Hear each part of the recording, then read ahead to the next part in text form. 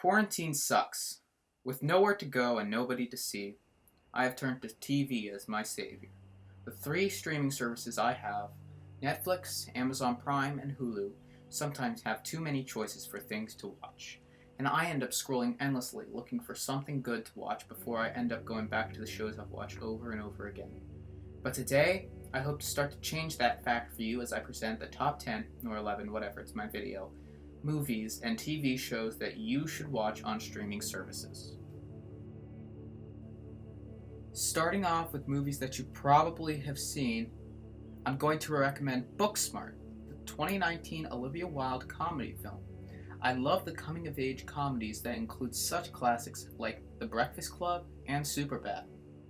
In fact, I think Superbad has to be one of the best comedies in 20 years. Booksmart is considered to be the spiritual sequel to Superbad, and I think it fits the bill. It's about two valedictorians, AP-taking girls who decide that they need to have fun in high school and spend one of their last nights together partying as hard as they can. If you love Superbad, I think you'll at least enjoy Booksmart, now available on Hulu.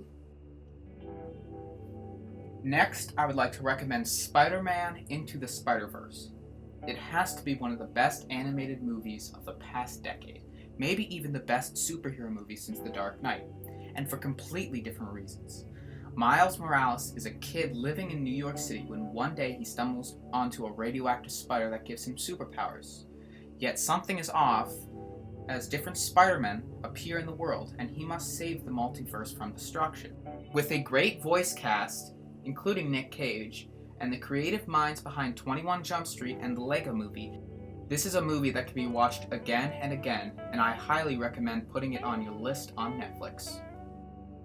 Adam McKay is a comedy genius, and nowhere else is that apparent than his underappreciated comic hit, The Other Guys.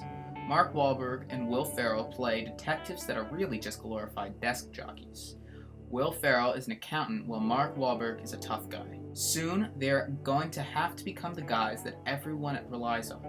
With amazing chemistry and jokes a mile a minute, this is a comedy movie that has to be seen. Just don't go chasing waterfalls afterward. Available on Netflix. The only TV show on this list, Twin Peaks, set a bar high in the 90s and early 2000s for high-quality TV.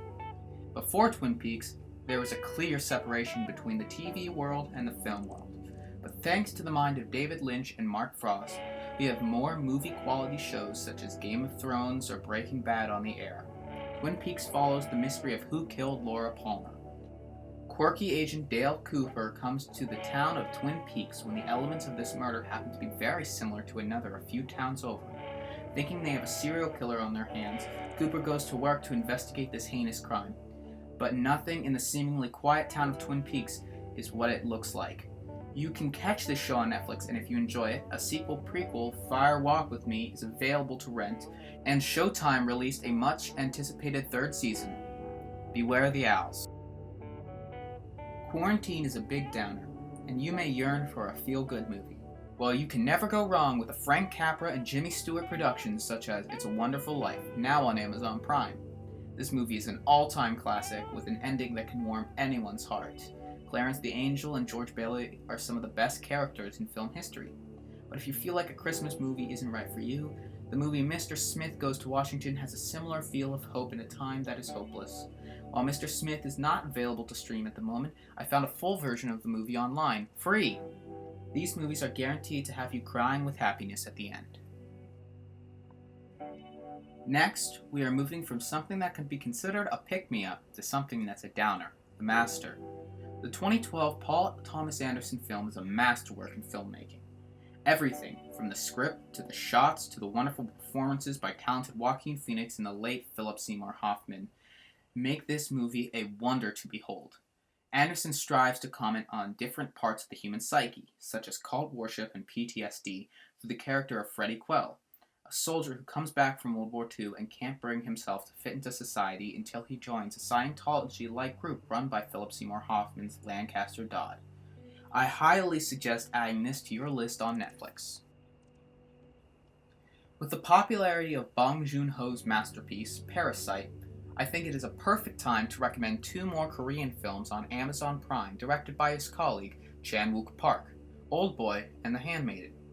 Oldboy is a film about a man who was kidnapped 15 years ago and suddenly released into the world with only 4 days to figure out why he was kidnapped. While The Handmaiden tells the tale of a poor Korean girl who goes to work for a rich heiress. Little does the heiress know, she is there to work a con job. Both of these movies are filled to the brim with twists and turns that you can't see coming. I think both The Handmaiden and Oldboy are the definition of a thriller, and should be seen by anyone with an interest in movies. Do you enjoy conspiracies? Andrew Garfield's character certainly does in the Amazon Prime movie Under the Silver Lake, an underrated film from 2018. Down on his luck, Sam meets a beautiful woman in the apartment complex he lives in, and he becomes ecstatic for their next date.